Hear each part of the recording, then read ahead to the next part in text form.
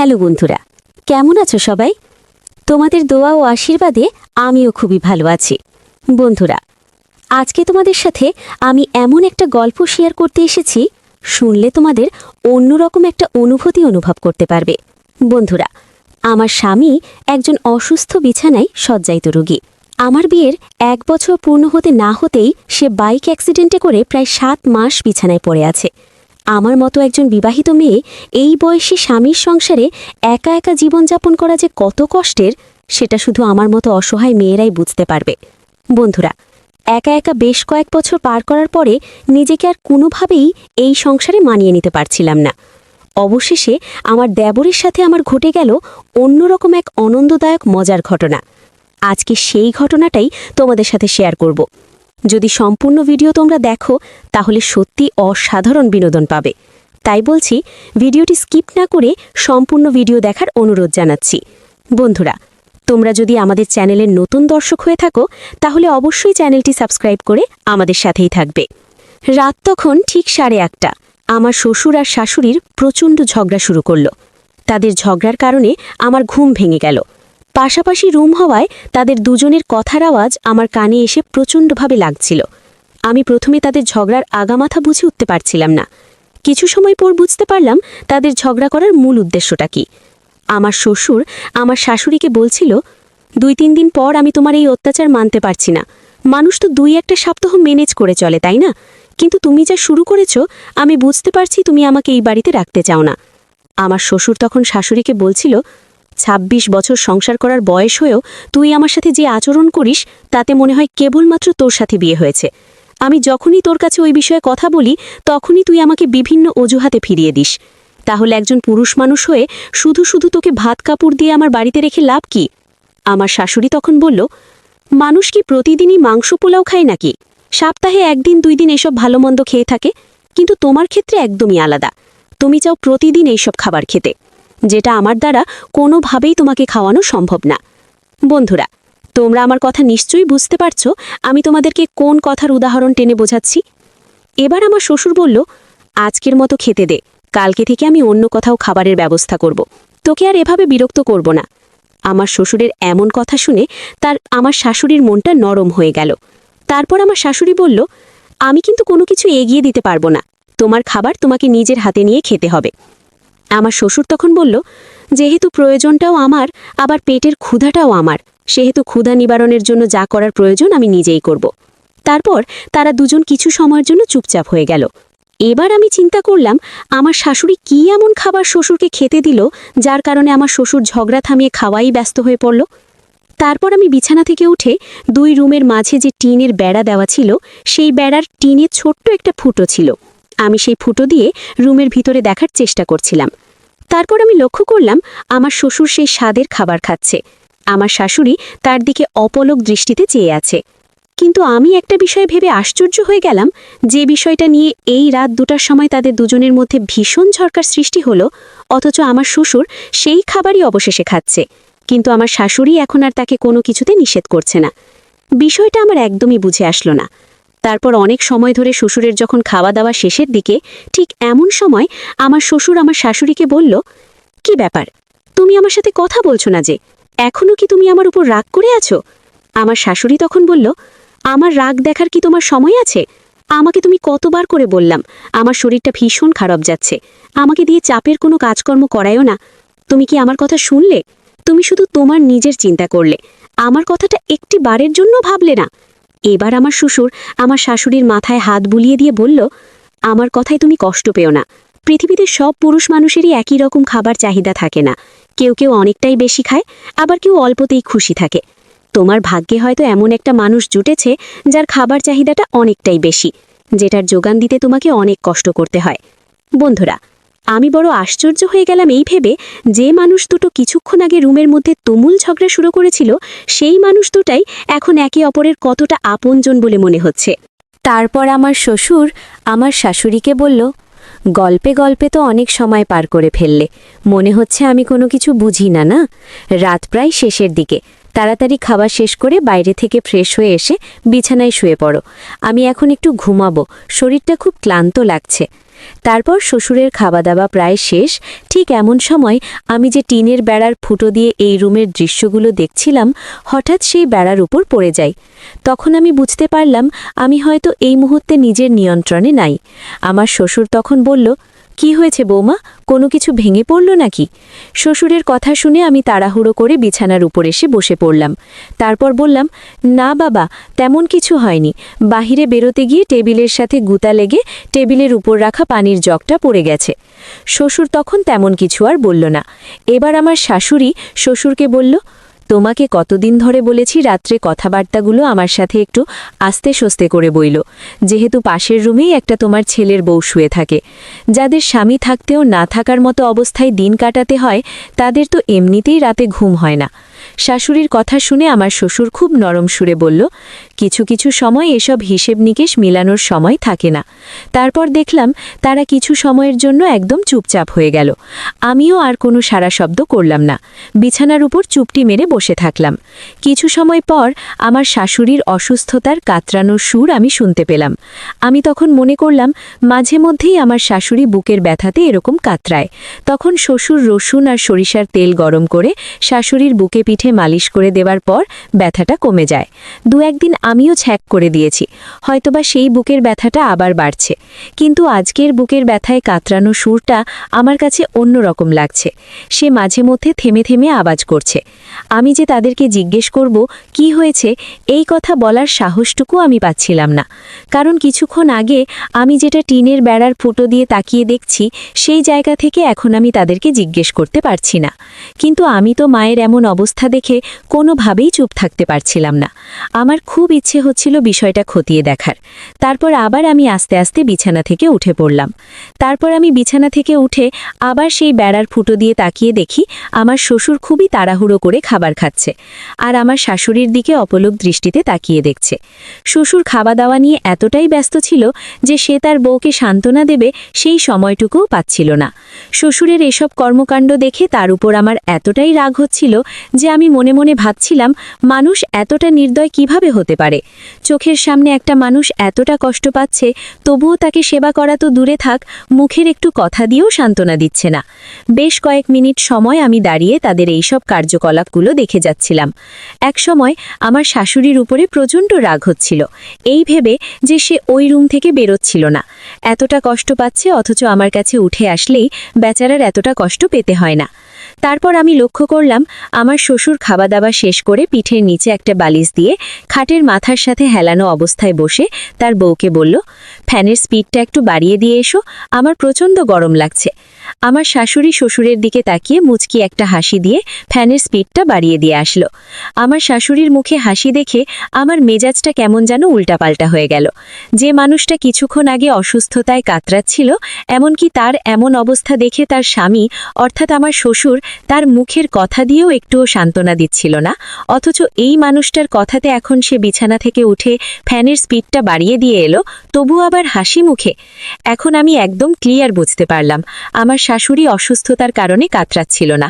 বন্ধুরা, তোমরা নিশ্চয়ই বুঝতে পেরেছো আমার শাশুড়ি অর্থাৎ কোন অসুখের জন্য এভাবে কাতরাচ্ছিল। এবার আমার শাশুড়ি আস্তে আস্তে গিয়ে আমার শ্বশুরের কাছে বসল।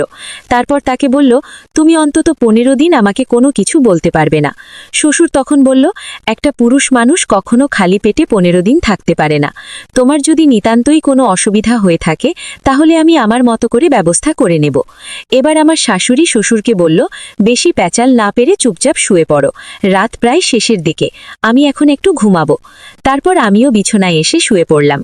সকাল প্রায় 7:30 ঠিক এমন সময় শ্বশুরের ফোনটা বেজে উঠল।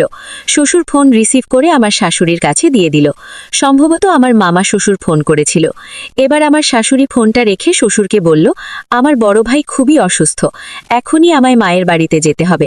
আমার শ্বশুর আর কোনো কথা বলল না। তারপর আমি রুম থেকে বের হয়ে তাদের রুমে গেলাম। তারপর আমার শাশুড়ি আমাকে বলল, বৌমা, আমার বড় ভাই খুবই অসুস্থ, এখনই আমি মায়ের বাড়িতে যাচ্ছি, তুমি যাবে আমার সাথে? আমি তখন বললাম, হ্যাঁ মা, আমিও আপনার সাথে যাব। তিনি তখন বললেন, ঠিক আছে, তাহলে তাড়াতাড়ি রেডি হয়ে এসো। আমার যাওয়ার কথা শুনে আমার শ্বশুর তখন তার বউকে বলল, বৌমাকে সাথে করে নিয়ে গেলে আমাকে রান্না করে খাওয়াবে কে? তুমি আগে ওখানে গিয়ে দেখো কি পরিবেশ পরিস্থিতি। যদি তোমার ভাইয়ের অবস্থা খুবই খারাপ হয়ে থাকে তাহলে আমি বৌমাকে সাথে নিয়ে বিকেলবেলা চলে আসব। শাশুড়ি তখন বলল, ঠিক আছে, তাহলে আমি একাই যাচ্ছি। তারপর সে তার মায়ের বাড়ির উদ্দেশ্যে রওনা হলো। তারপর আমার শ্বশুর আমার শাশুড়িকে গাড়িতে উঠিয়ে দিয়ে ভাই 1 থেকে 1.5 ঘন্টা পরে বাড়িতে ঢুকল। আমি তখন আমার অসুস্থ স্বামী গা হাত পা ভেজা তোয়ালে দিয়ে মুছে দিচ্ছিলাম। আমার রুমের দরজার সামনে এসে আমার শ্বশুর আমাকে ডাক দিল। আমি রুম থেকে বের হয়ে বারান্দার উপর থেকে শ্বশুরকে বললাম, কি হয়েছে বাবা, আপনি মাকে গাড়িতে উঠিয়ে দিয়ে এসেছেন? আমার শ্বশুর তখন বলল, হ্যাঁ, আপদটা দূর করে আসলাম। এই কথার পরে আমি তাকে ইশারা করে বোঝালাম, আপনি আর একটি কথাও আমার শাশুড়িকে বলবেন না, কারণ আমার শাশুড়ির ছেলে অসুস্থ হয়ে বিছানায় পড়ে থাকলেও তার কান দুটো কিন্তু অসুস্থ হয়ে যায়নি। সে অনেক ছোট কথাও বিছানায় শুয়ে ক্লিয়ারভাবে শুনতে পায়। তারপর আমার শ্বশুর আমাকে বলল, বৌমা, আজকে কিন্তু সেই স্বাদ করে একটু সময় নিয়ে একদম রিল্যাক্সের সাথে আমার পছন্দের খাবারগুলো আমাকে খেতে দিবে। আমি তখন ঠাট্টার ছলে আমার শ্বশুরকে বললাম, আপনি তো আবার বেশি স্বাদের খাবার খেতে পারেন না, অল্পতেই আপনার পেট ভরে যায়। আমার শ্বশুর মুখটা মলিন করে বলল, এ কি একটা কথা বললে বৌমা, একটা দিন তো এমন তেমন হতেই পারে, তাই না? আমি তখন বুঝতে পারলাম আমার শ্বশুর আমার কথাতে মাইন্ড করেছে। তারপর আমি শ্বশুরকে বললাম, আপনি আমার কথা সিরিয়াসভাবে নিচ্ছেন কেন বাবা? আমি তো আপনাকে কথাটা এমনিতেই ঠাট্টার ছলে বলেছি। আপনি এই বাড়িতে না থাকলে আমি কবেই এখান থেকে চলে যেতাম, শুধু আপনার মুখের দিকে তাকিয়ে এই বাড়িতে পড়ে রয়েছি। তাছাড়া আপনার ছেলে তো আজ এতটা বছর বিছানায় যেভাবে শুয়ে আছে, ওকে দিয়ে আমার এক বিন্দু পরিমাণও কোনো কাজকর্ম করিয়ে নিতে পারি না। আমাকে এই এলাকার সব লোকজন কত রকম কথা বলে।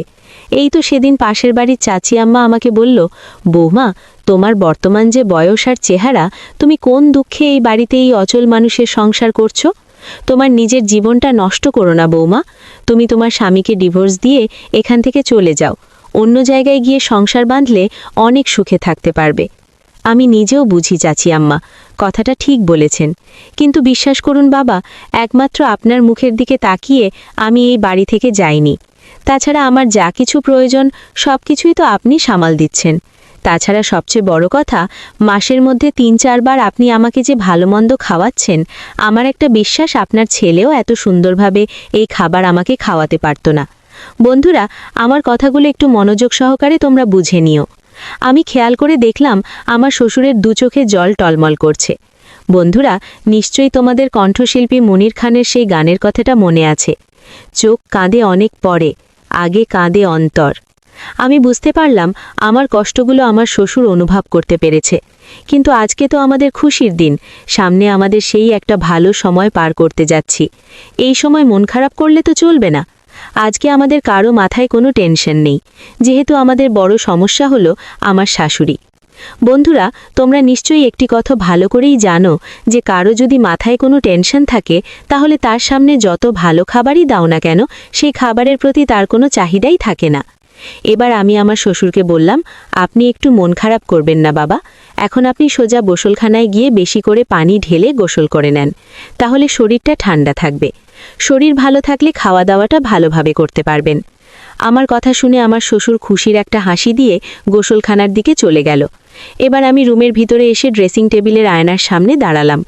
আয়নার সামনে দাঁড়িয়ে আমি অনেক কিছু দেখার চেষ্টা করছিলাম। নিজের চেহারার দিকে তাকিয়ে এতটাই খুশি লাগতেছিল যে মনে হচ্ছিল আমার মতো সুন্দর চেহারা আর কারও নেই, আবার আমার মতো সুখী মানুষও আর দ্বিতীয়টি নেই। রাতের সেই কথাটা অগ্রিম ভাবতেই বোনের কাছে এতটাই ভালো লাগতেছিল যে মনে হচ্ছিল পরীর মতো পাখা মেলে আকাশে উড়ে বেড়ায়।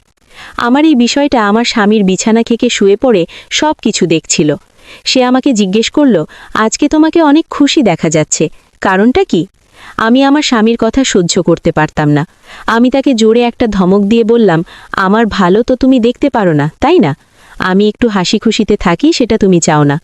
আমার স্বামী তখন বলল, আমি তো তোমাকে ঠিক সে কথা বলিনি, তোমাকে এমনটা দেখিনি কখনো। মাসের মধ্যে 2-3 দিন তোমাকে এতটা খুশি থাকতে দেখা যায়। আমার হাজবেন্ডের এই কথা শুনে আমার মাথায় একটা টেনশন চেপে গেল।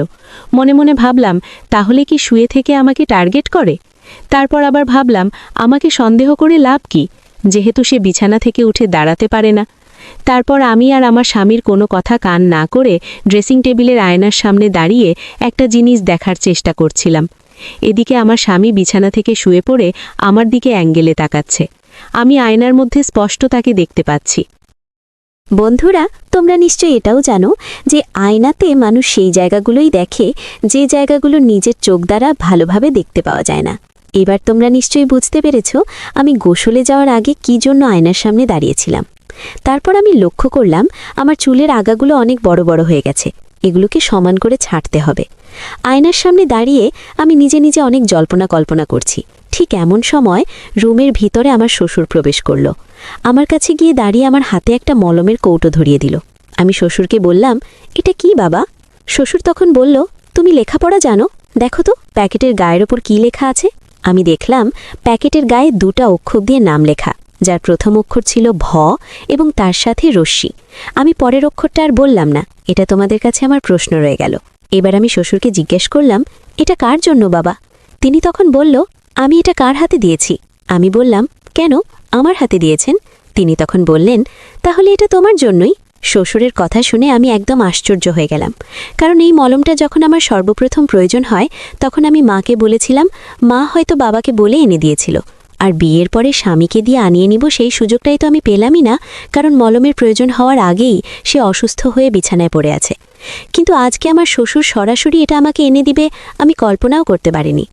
তারপর শ্বশুর আমাকে বলল, তুমি মনে হয় গোসলে যাচ্ছ, আর এই মলমটা গোসলের পূর্ব মুহূর্তেই নিতে হয়।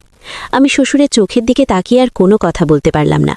মলমের কৌটোটা হাতে নিয়ে শুধু এক পলকে তার দিকে তাকিয়ে একটা হাসি দিয়ে রুম থেকে বেরিয়ে পড়লাম। আমি লক্ষ্য করলাম আমি যখন রুম থেকে বেরিয়ে আসছিলাম তখন আমার শ্বশুর অপলক দৃষ্টিতে আমার দিকে তাকিয়েছিল। আমি মনে মনে ভাবছিলাম, যেসব মেয়েদের সংসারে স্বামী থাকে না সে সংসারে তার শ্বশুরগুলো বুঝি এভাবেই দায়িত্ব পালন করে। এবার আমি গোসলখানায় গোসল করছি। আমার গোসল প্রায় শেষের দিকে। ভেজা কাপড় চোপড়গুলো চেঞ্জ করে আমি শুকনো কাপড় চোপড়গুলো পরছি। ঠিক এমন সময় আমার শ্বশুর বাথরুমের দরজায় টোকা দিল। আমি বাথরুমের দরজা খুলে তাকে জিজ্ঞেস করলাম, কি হয়েছে বাবা? তুমি এই সময় গোসলখানায় কোনো দরকার আছে কি? এবার শ্বশুর আমাকে একটি পোশাক হাতে ধরিয়ে দিয়ে বলল, তুমি বোধহয় তোমার এই পোশাকটি আনতে ভুলে গেছ। বন্ধুরা, আমার শ্বশুর যে পোশাকটা আমাকে এনে দিল এই পোশাকটি মেয়েরা সব পোশাকের নিচে পরিধান করে।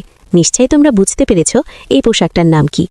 যখন সেটা তার হাতে রেখে আমার সাথে কথা বলছিল আমি লক্ষ্য করছিলাম সেই পোশাকটি তার হাতের সাথে এমনভাবে নাড়াচাড়া করছিল, নাড়াচাড়ার ভাবে আমি বুঝতে পেরেছিলাম আমার শ্বশুর আমাকে কিছু একটা বুঝাতে যাচ্ছে।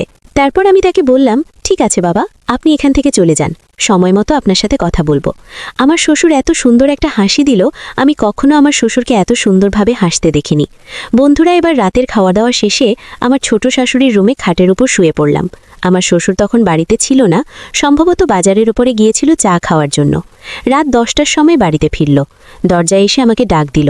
আমি দরজা খুলে দিলাম। খাটের উপর তিনি বসে আমাকে জিজ্ঞেস করল আমি ঘুমিয়েছে কিনা। আমি তাকে বললাম মাত্রই চোখে একটু হালকা ঘুম আসছিল। তারপর আমার শ্বশুর একদম চুপচাপ আমার পাশে বসে থাকল। হয়তো সে ভাবছিল কোন কথা দিয়ে শুরু করবে। আমি লক্ষ্য করছিলাম আমার শ্বশুরের এক চোখে ছিল লজ্জা, অন্য চোখে ছিল ভয়। এমন অবস্থায় আমি তখন চিন্তা করলাম হয়তোবা যা বলার প্রথমে আমাকেই বলতে হবে, কারণ শুরুটা যদি আমি না করে দিই তাহলে হয়তো সে আমাকে তার মনের কথাগুলো বলতে পারবে না। এবার আমি শ্বশুরকে বললাম, আপনি আমাকে সকাল থেকে যে কথাটা বলতে চাচ্ছিলেন আমি আপনার সব কথাই বুঝতে পেরেছি। আমার শাশুড়িকে নিয়ে এই সংসারে আপনি একদমই সুখে নেই।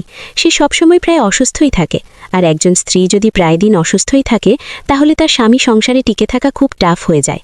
তাছাড়া আমি এটাও জানি যে আপনার খাওয়া দাওয়ার চাহিদাটা অনেক বেশি, যার কারণে সে খাওয়ার যোগান দিতে হিমশিম খেয়ে যায়, আর এটা নিয়ে আপনাদের দুজনার মধ্যে অশান্তি লেগেই থাকে।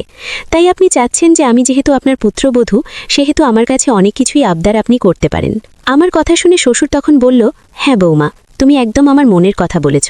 এবার আমি শ্বশুরকে বললাম, রাত অনেক হয়েছে, আর সময় নষ্ট না করে খাওয়া দাওয়াটা সেরে নেন। আপনি আমার কাছ থেকে যে রাজভোগ খেতে চেয়েছিলেন এই দেখো আমি খুব যত্ন করে রেখে দিয়েছি আপনার জন্য। আপনি শ্বশুর হয়ে ছেলের বউয়ের কাছে রাজভোগ খেতে চেয়েছেন, আমি না খাওয়াইয়ে কি পারি? এবার শ্বশুর বাবা আমাকে বলল, আমিও কি খালি পেটে তোমাকে ফিরিয়ে দিতে পারি? এই দেখো আমি তোমার জন্য কি এনেছি। বন্ধুরা এবার তোমরাই বলো আমার শ্বশুর আমাকে কি খাবার বের করে দেখাচ্ছিল। এবার আমি শ্বশুরকে বললাম, তাহলে আপনি রাজভোগ খেতে থাকেন আর আমি আমার পছন্দের খাবারটা খাওয়ার আগে হাতে নেড়ে দেখতে থাকি। বন্ধুরা তারপর আমাদের শ্বশুর ও পুত্রবধূর এই খাওয়া দাওয়া করতে গিয়ে এমন একটা ঘটনার সম্মুখীন হয়েছিলাম যেটা শুনলে তোমাদের অনুভূতিটা অন্যরকম হয়ে যাবে। তাই পুরো গল্পটা যদি তোমরা শুনতে চাও অবশ্যই কমেন্ট করে জানাবে।